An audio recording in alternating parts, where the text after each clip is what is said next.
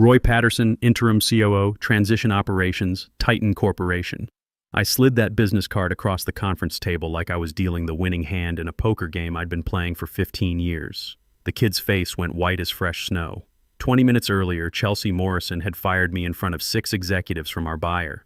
Now she was staring at my new title like someone had just told her Santa Claus was real and royally pissed off. But let me back up and tell you how a 52-year-old Army Rangers vet ended up outflanking a trust fund baby in corporate warfare. The name's Roy Patterson. Friends call me Pat.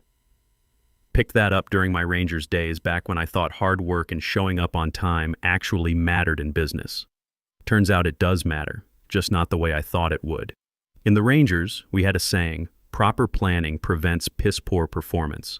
Corporate America needed that lesson. I've been at Steel Core Industries for 15 years. Started as operations manager when we had 35 people working out of a converted warehouse in Detroit. Built every system that made this company worth $850 million to Titan Corporation. Every supplier contract, every EPA compliance protocol, every safety procedure that kept us alive when things went sideways. That's what Rangers do. We secure the objective and hold the line. Then our CEO decided to retire. No warning, no transition plan, just a goodbye email on Friday and an empty corner office on Monday. In the military, we call that abandoning your post. That's when Chelsea showed up. Kid's 28 years old, CEO's niece, has an MBA from Stanford and exactly 0 days of real-world experience. First thing she did was order new business cards with Chief Executive Officer in gold lettering and start a company Instagram account. I should have known right then we were in for a goat rope.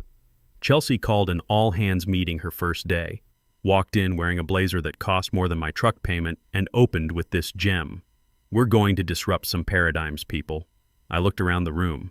Our head of finance was 45 years old with twin boys heading to college. Our safety director had been running steel plants since before Chelsea learned to drive. These weren't people who needed their paradigms disrupted. They needed steady leadership and clear direction. They needed someone who understood the mission. But Chelsea had other ideas. See, there's a difference between leading and performing. I learned that in the Rangers. Real leadership happens in the details nobody wants to handle. The EPA reports that keep federal regulators from shutting you down. The union negotiations that keep your workforce happy. The backup systems that save your company when everything breaks at once. That's ground truth. The reality of keeping operations running while everyone else plays politics. Chelsea's version of leadership was LinkedIn posts and buzzwords. She talked about leveraging synergies while I was fixing the equipment that actually made the synergies possible. Within a week, 3 department heads were calling me directly. Not Chelsea, me. Legal couldn't finalize our biggest contract because Chelsea claimed she had master access to our signature authority. Turns out she thought that was just a feeling, not an actual system permission. In the Rangers, we'd call that a cluster foxtrot. Everything's broken and nobody knows why. Finance couldn't get budget approvals because the kid kept replying circle back to every email like it was some magic spell that made problems disappear. Our safety director was stuck because Chelsea had streamlined our OSHA compliance process by removing the steps that actually verified we weren't killing people. Me, I kept the lights on, made the calls, fixed the problems, worked weekends to clean up the messes she created during the week. Standard operating procedure when your command structure falls apart. You hold your position and maintain mission readiness. Look, I'm 52 years old. My son's a senior studying engineering at Michigan. That's $35,000 a year. My daughter's a junior in high school. I can't just stop paying. My wife, Pat, has been patient with the long hours for 15 years because she knew I was building something real, something that would set us up for retirement. She's a nurse, knows about keeping people alive when systems fail. I wasn't about to let some kid with a business degree flush that down the toilet. In the military, you don't abandon your people or your mission. Same rules apply in civilian life. But I was getting tactical fatigue. Dead tired, not just from the work. From watching 15 years of careful planning get torn apart by someone who thought innovation meant ignoring everything that came before her. That warehouse safety system that saved us during the plant explosion in 2019, I built that. The supplier relationships that got us preferred pricing when steel costs went crazy during COVID, those were mine. The disaster recovery plan that kept us running when our main server died. I wrote that on a Sunday afternoon while Chelsea was probably posting motivational quotes on social media. So when Anthony Torres from Titan Corporation reached out asking if we had any continuity frameworks to help with the acquisition, I didn't hesitate. This was reconnaissance, gathering intel for the people who actually understood the terrain. I didn't give him corporate speak. I gave him ground truth.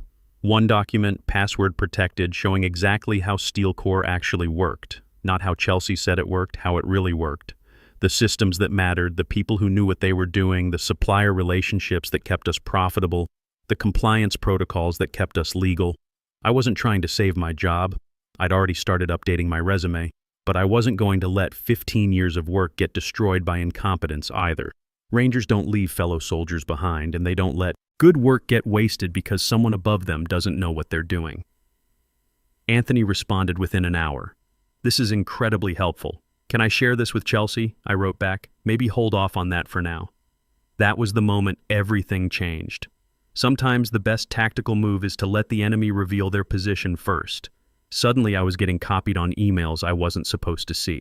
Internal risk assessments from Titan's due diligence team. Integration timelines that mentioned my name specifically. HR forecasts that referenced key operational personnel retention. Intel was flowing my way, and in the Rangers, good intel is worth more than gold. Then Anthony sent me a direct message.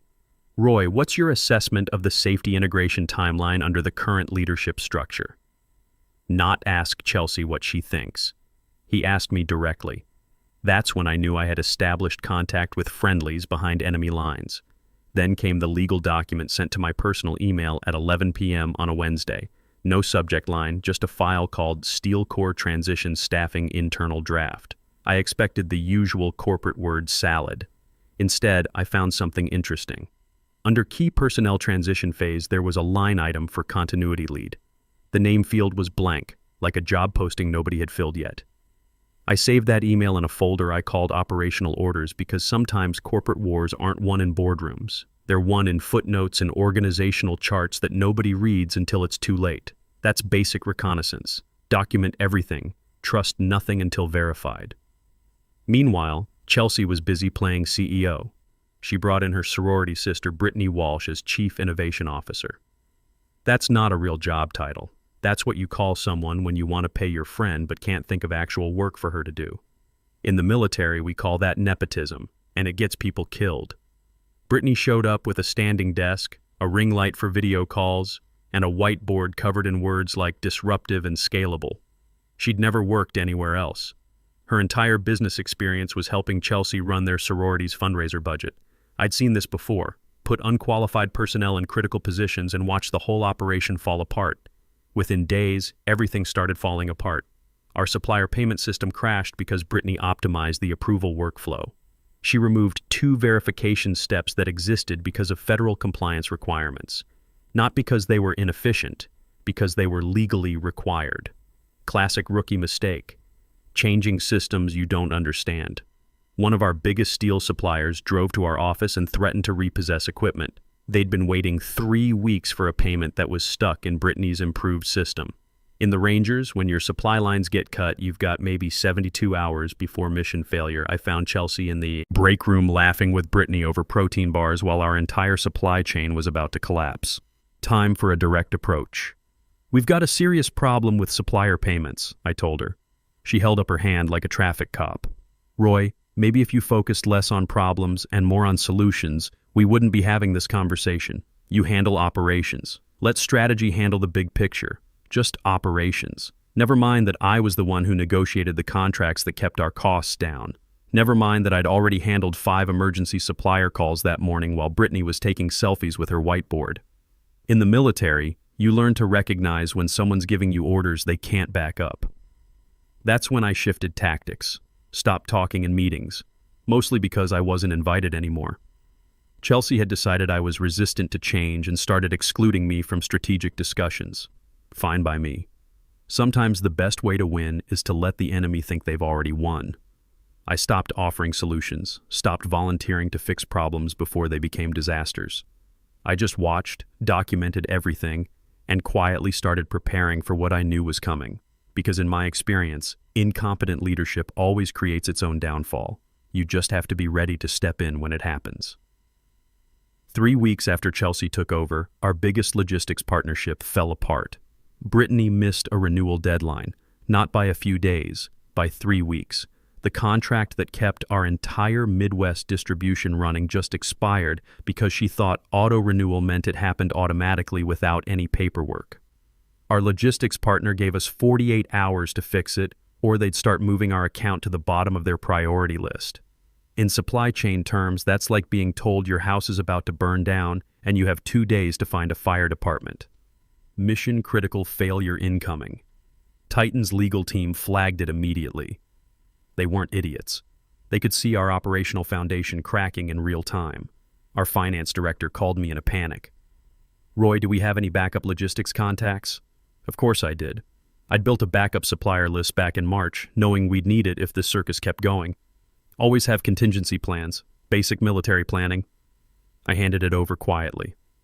Didn't CC Chelsea, didn't make a big announcement, just gave her what she needed to keep the company from imploding. But Titan noticed. That's when Anthony reached out personally, not through official channels, just a direct message. "You okay over there? Just checking in." 7 words that changed everything. Because if Anthony was reaching out personally, that meant my silence was getting louder than Chelsea's noise. That meant I still had operational value they recognized.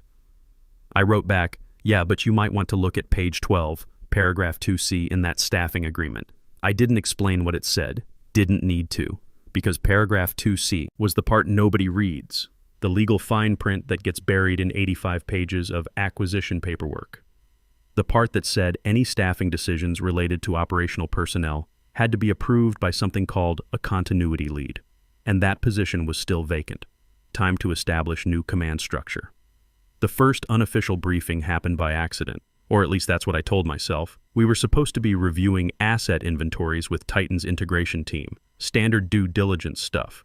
But Chelsea had what she called delegate fatigue, so she forwarded the meeting invite to me without reading the agenda. Perfect operational security failure on her part. Nicole Hamilton, one of Titan's senior lawyers, asked about our safety performance metrics for the past 3 years.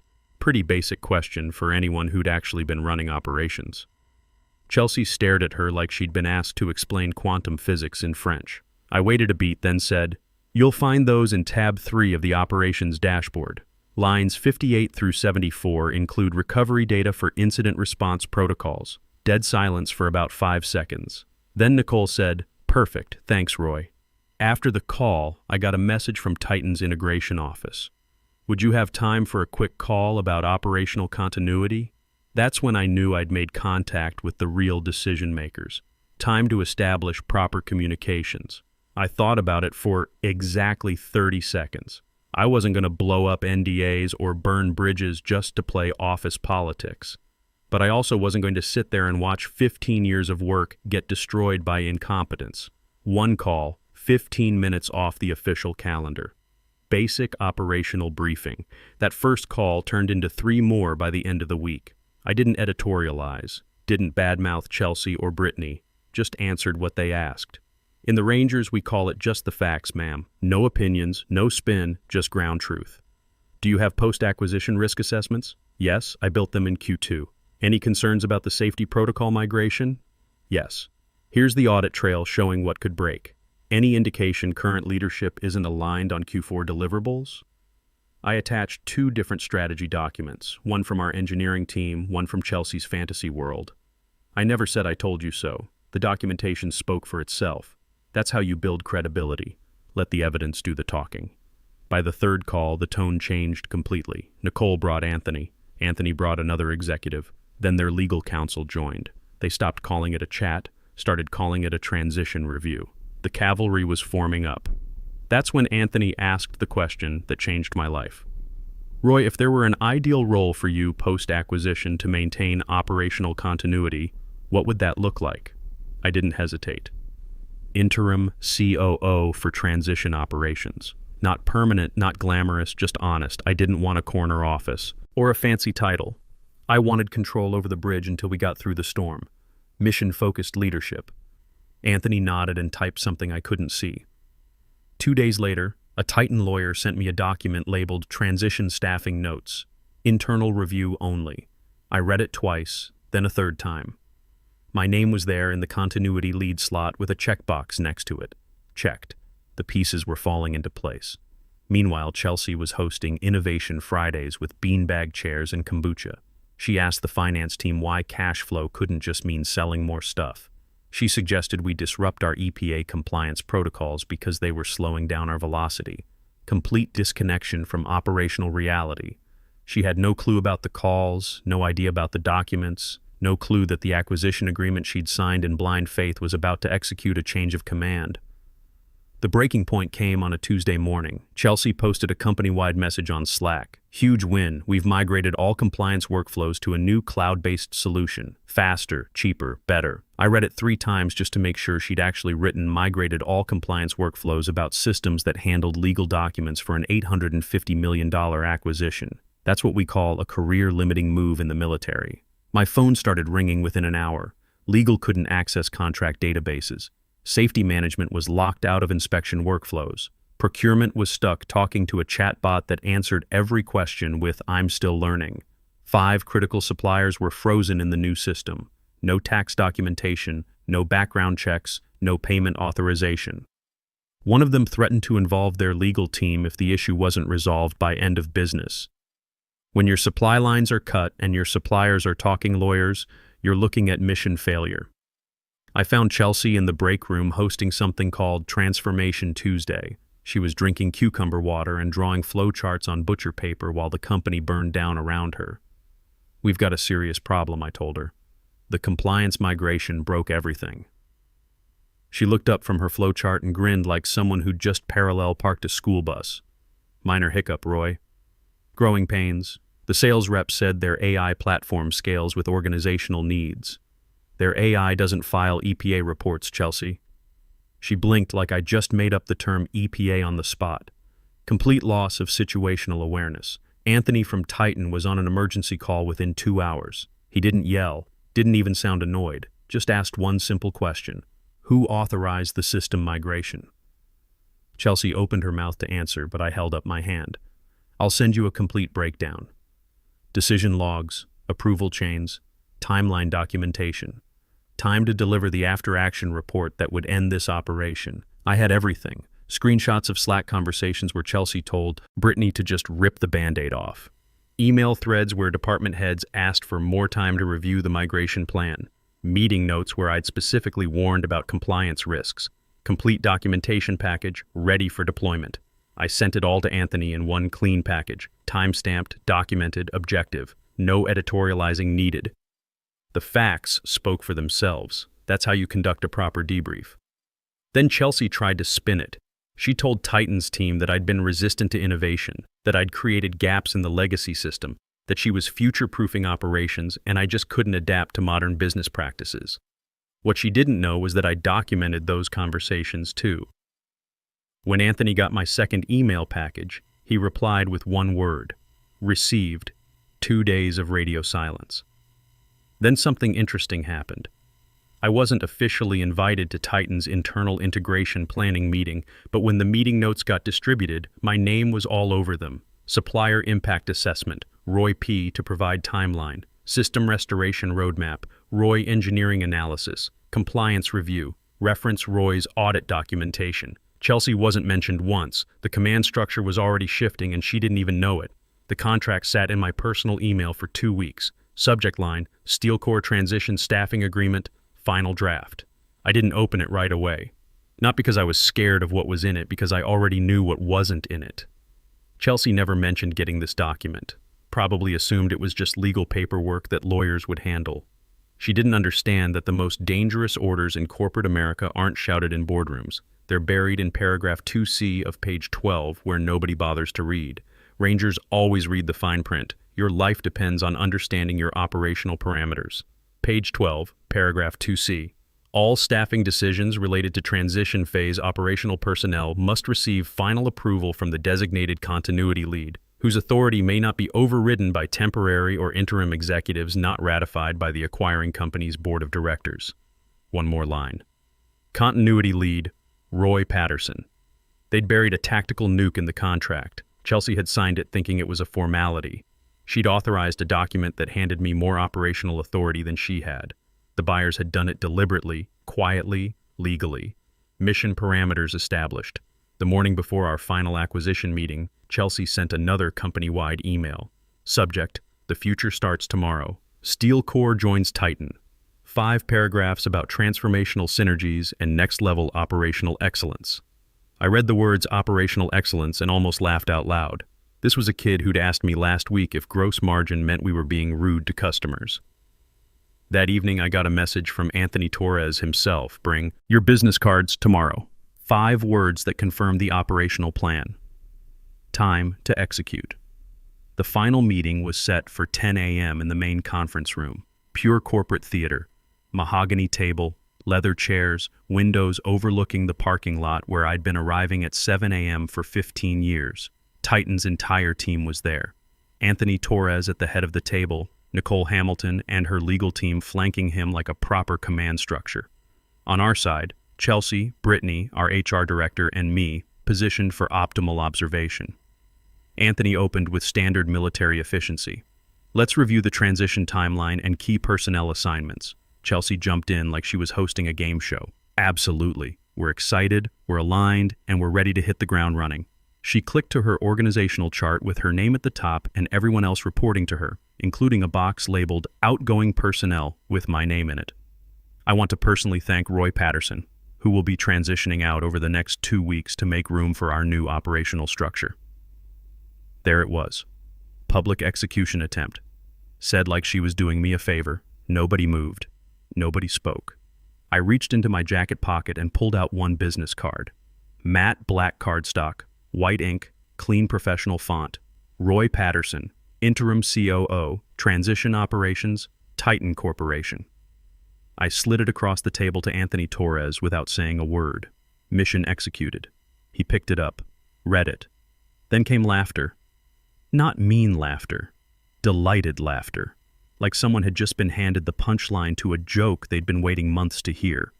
Chelsea's smile faltered. Something funny? Anthony passed the card to Nicole, who read it and grinned like Christmas morning.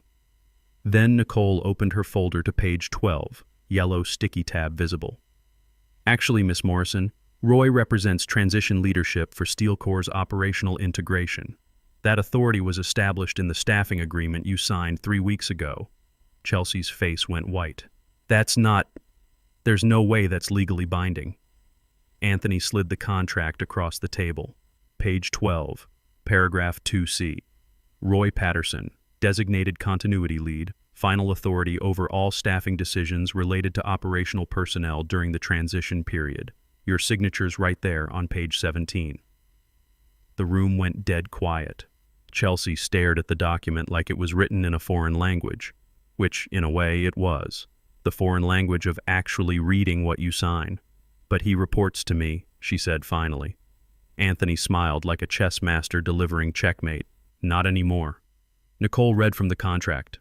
All transition, staffing, and operational decisions fall under the final authority of the designated continuity lead, Roy Patterson. Chelsea didn't sit down, didn't storm out, just stood there like someone had unplugged her from the wall. About that transition, Chelsea, we're making some adjustments to your role. Nicole pulled out another folder. Effective immediately, you'll be reassigned to quality assurance at our Phoenix facility. Day shift manufacturing operations. Same pay grade. That was the tactical beauty of it. They weren't firing her. They were giving her exactly what she'd tried to give me. A new assignment, whether she wanted it or not.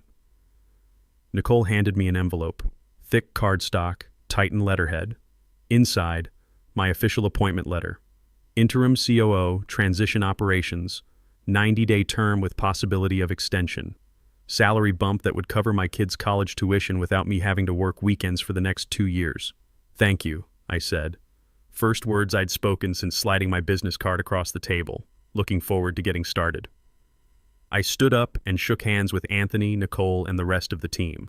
Professional, courteous, like this was just another successful mission completion.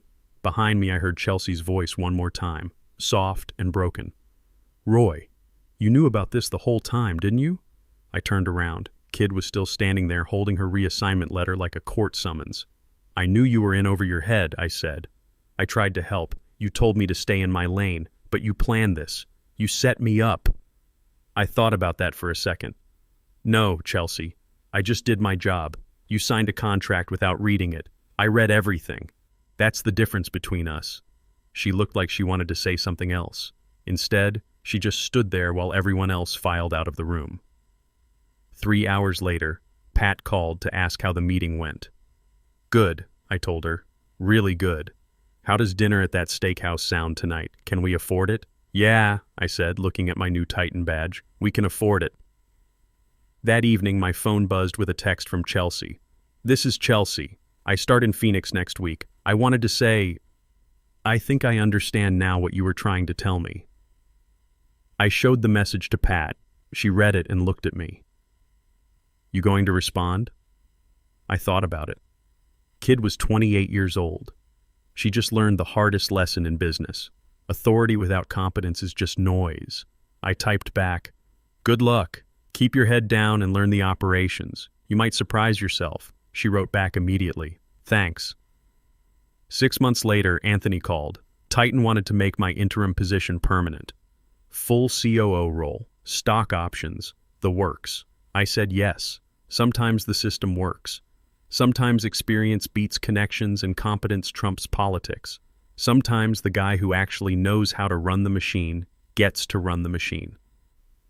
The Army taught me that real victories aren't about glory. They're about completing the mission.